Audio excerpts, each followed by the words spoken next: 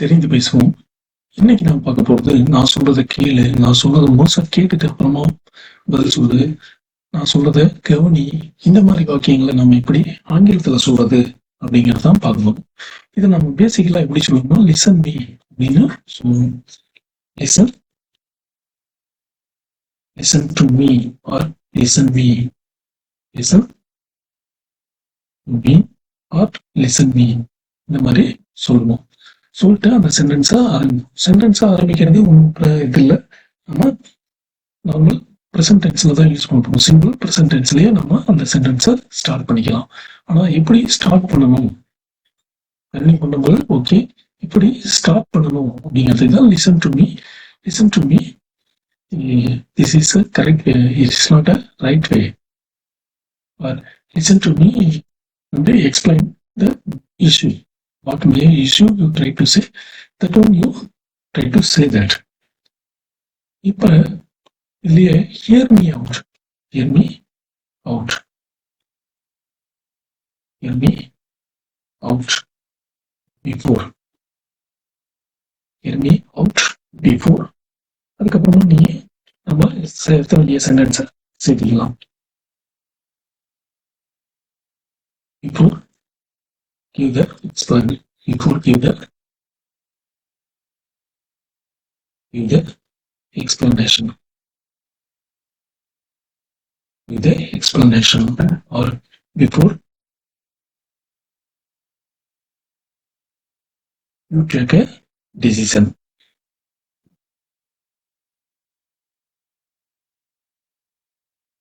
Before you take a decision. நான் சொல்றத முழுசா கேளு, அப்புறமா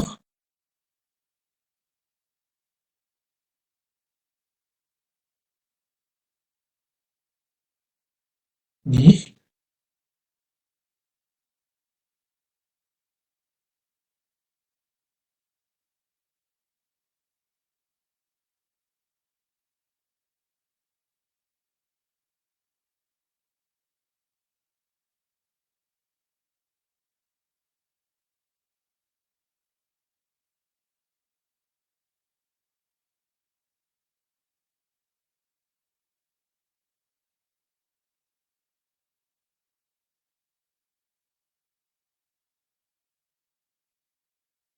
நீ விளக்கம் சொல்றது முன்னால நான் சொல்றத முழுசா கேளு. அது நீ முடிவு எடுக்கிறதுக்கு முன்னால நான் சொல்றத முழுசா கேட்டுட்டு முடிவு பண்ணு அப்படின்னு சொல்ல முடியாது. அந்த மாதிரி இதுக்கு நம்ம இதை சொல்லலாம்.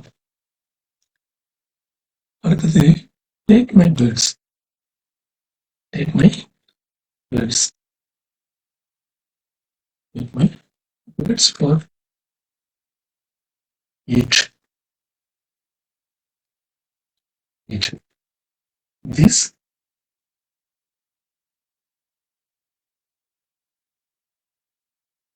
method works.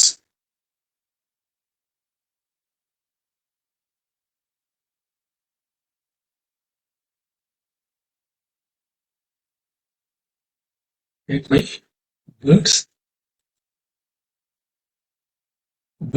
for it. It's work perfectly.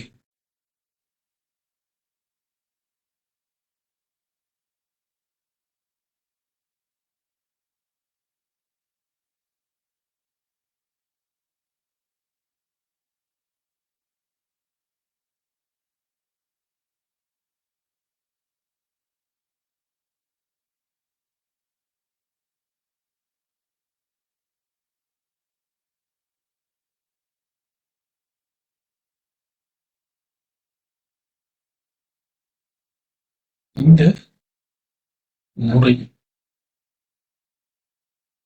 இந்த மெத்தட் முறை, இந்த முறை, இந்த முறை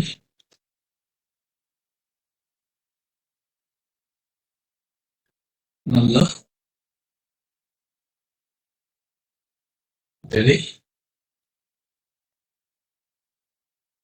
வேலை செய்யும். என் வார்த்தையை நம்பு, என் வார்த்தையை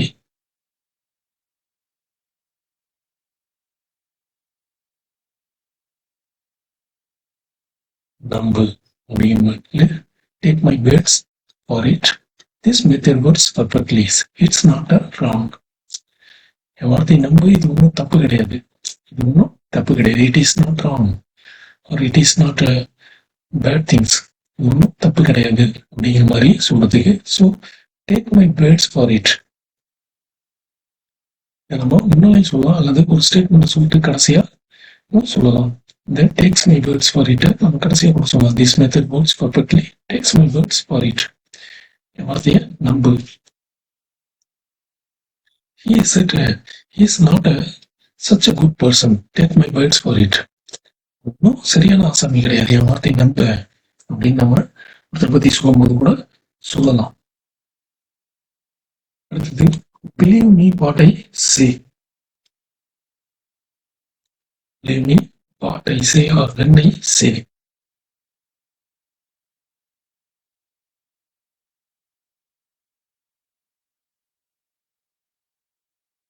When I say that, அதுக்கப்புறமா அந்த சென்டென்ஸ் நம்ம சொல்லிடலாம். That hard work never fails. Hard work never fails.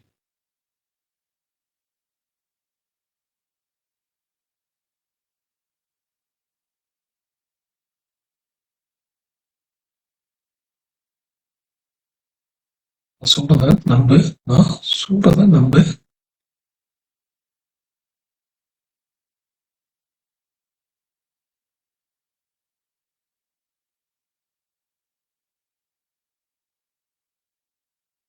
நான் சொல்றத நம்பு. Believe me when I say that. சொல்றத நம்பு வரைக்கும். அதுக்கடுத்து நீங்க என்ன சென்டென்ஸ் அப்படியே சேர்த்திக்கலாம்.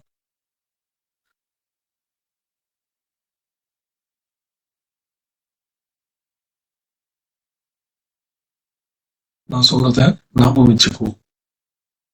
நான் சொல்றத ஞாபகம் வச்சுக்கோ. அப்படிங்கிறது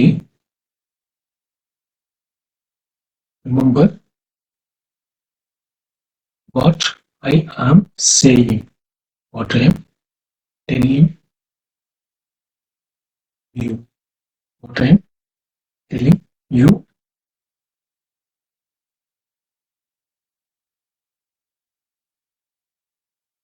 Life is not a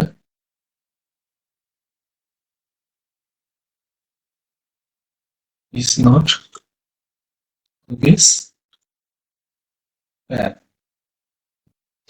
நான் சொல்றத நினைவு வச்சுக்கோ. நான் சொல்றத நினைவு வச்சுக்கோ. வாழ்க்கை எப்பயுமே அப்படியே இருக்காது. நான் சொல்வதை நினைவில் வைத்துக்கொள்.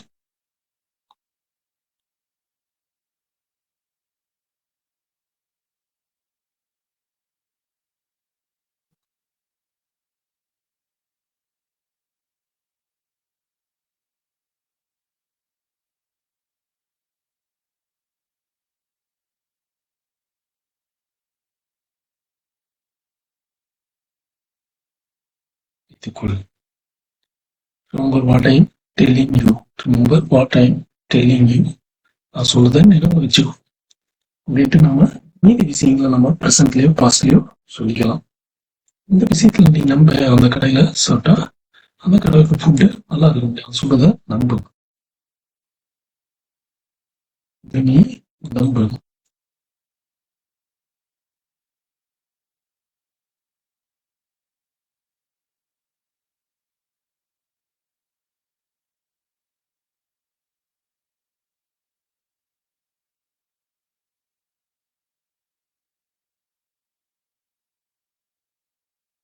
Trust me on this.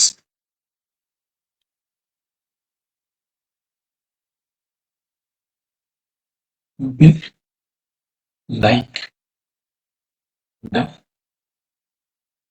support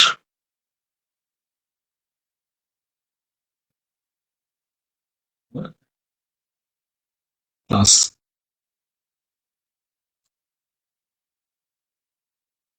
The videos. நான் சொல்றத நம்புங்க, அல்லது இந்த விஷயத்துல என்ன நம்புங்க.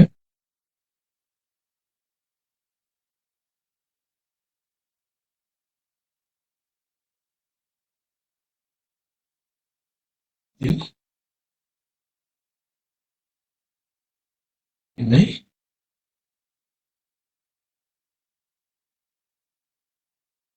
நம்புங்க. நீங்க இந்த விஷயம் இந்த நம்ம வீடியோவை லைக் பண்ணீங்க, சப்போர்ட்டும் பண்ணீங்க. ஸோ இது வந்து நம்மளுடைய அனுபவம் அல்லது நம்மளுடைய கருத்துக்களை இல்ல கான்ஃபிடென்ட் இருக்கும்போது, நம்பிக்கை இருக்கும்போது நம்ம சொல்றதுக்கு நம்ம இதை யூஸ் பண்ணலாம். ட்ரஸ்ட் மீ ஆன் திஸ் அப்படின்னு. அடுத்தது keep this in mind. Keep this in mind. Keep this in mind.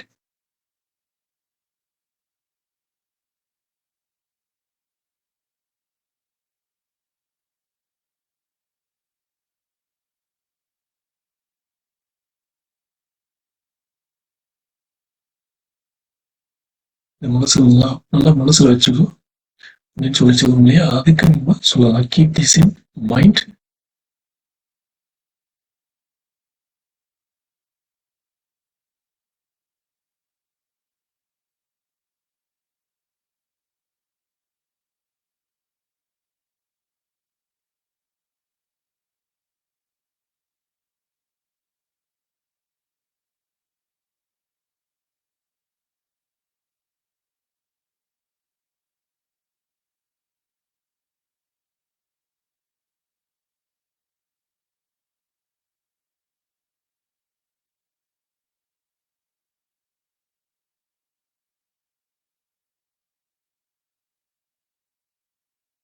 இப்ப ரெண்டாவது தடவை வராது, நல்லா மனசுல வச்சுக்கணும். வாய்ப்பு ரெண்டாவது முறை வராது, நல்லா நான் மனசுல வச்சுக்கணும். எப்பயும் நீ சரியா போகணும். அதாவது நம்ம சொல்ற வேண்டிய அட்வைஸ் எல்லாம் சொல்லி முடிச்சுட்டு கடைசியா சொல்றதுக்கு நம்ம சொல்றத ஒரு எக்ஸ்பிளனேஷனோ இல்லை அட்வைஸோ இல்லை ஒரு கைடன்ஸோ சொல்லும்போது சொல்லி முடிச்சுட்டு கடைசியா நம்ம சொல்றதுக்கு keep this keep this in mind. Keep this in mind.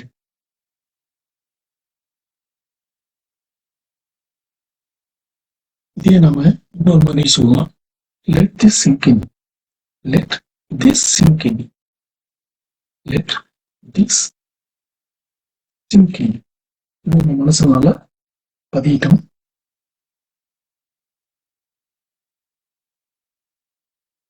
You just improve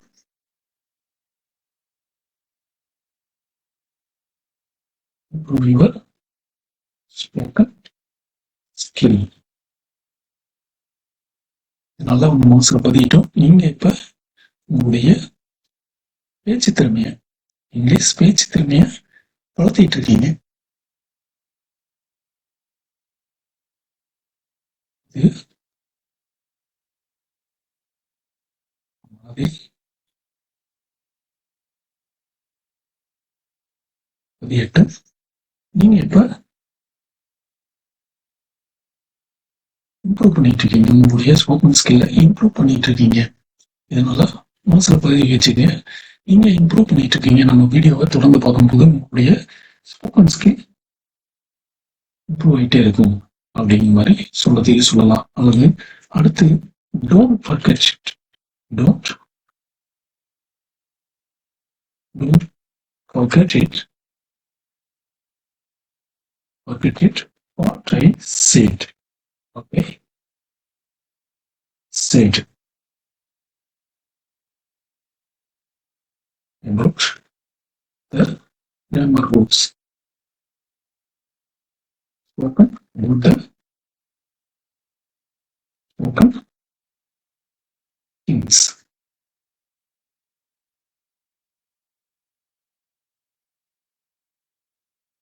நான் சொன்ன இந்த ஸ்போக்கன் கிங்ஸை நீங்க மறந்துடாதீங்க.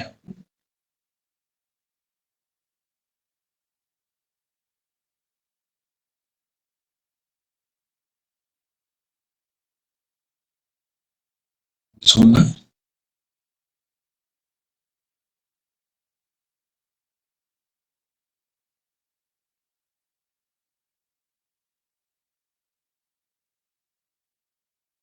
குறிப்புகளை மறந்து விடாதீர்கள்.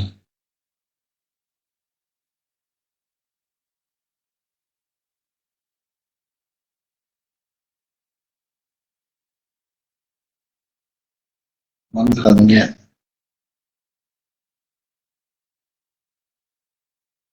நமக்கு நல்லாவே தெரியும். பயம் பேசிட்டு இருக்கோம்னா நமக்கு தெரிஞ்சுக்கணும். Pay close attention or pay attention me. Pay close attention to this.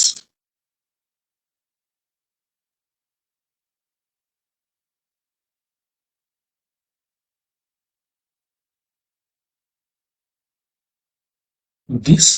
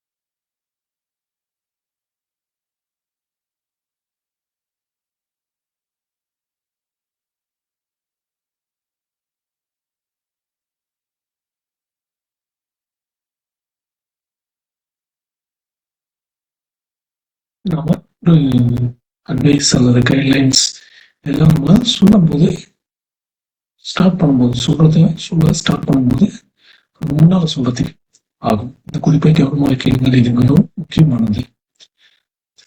இப்போ நம்ம பார்த்தது எல்லாமே லிசன் இது எல்லாமே எண்டிங்ல சொல்றதுக்காக சொல்றது. Like this sink in you எல்லாமே நல்லா மனசுல பதியட்டும். நம்ம சொல்லி முடிச்ச பிறகு சொல்றதுக்கு, இது ஓப்பனிங்ல சொல்றதுக்கு பே க்ளோஸ் அட்டென்ஷன் டு திஸ் அப்படிங்கிறது நம்ம இந்த ஓப்பனிங்ல சொல்றது. வரைக்கும் நம்ம பார்த்தது எல்லாமே ஃபினிஷிங்ல நம்ம சூப்பர் கைடன்ஸுக்கு ஃபினிஷிங்க்கு பார்த்தோம். இந்த பே க்ளோஸ் அட்டென்ஷன் டு திஸ் அப்படிங்கிறது நம்ம சொல்ற ஒரு விஷயங்களை சொல்றதுக்கு முன்னால ஓப்பனிங்ல சொல்றதுக்கு நம்ம இதை யூஸ் பண்ணலாம். ஸோ இந்த பதிவு உங்களுக்கு பிடிச்சிருந்தா லைக் பண்ணுங்க, கமெண்ட்ஸ் பண்ணுங்க, நம்ம சேனலை சப்ஸ்கிரைப் பண்ணுங்க. நன்றி, வணக்கம்.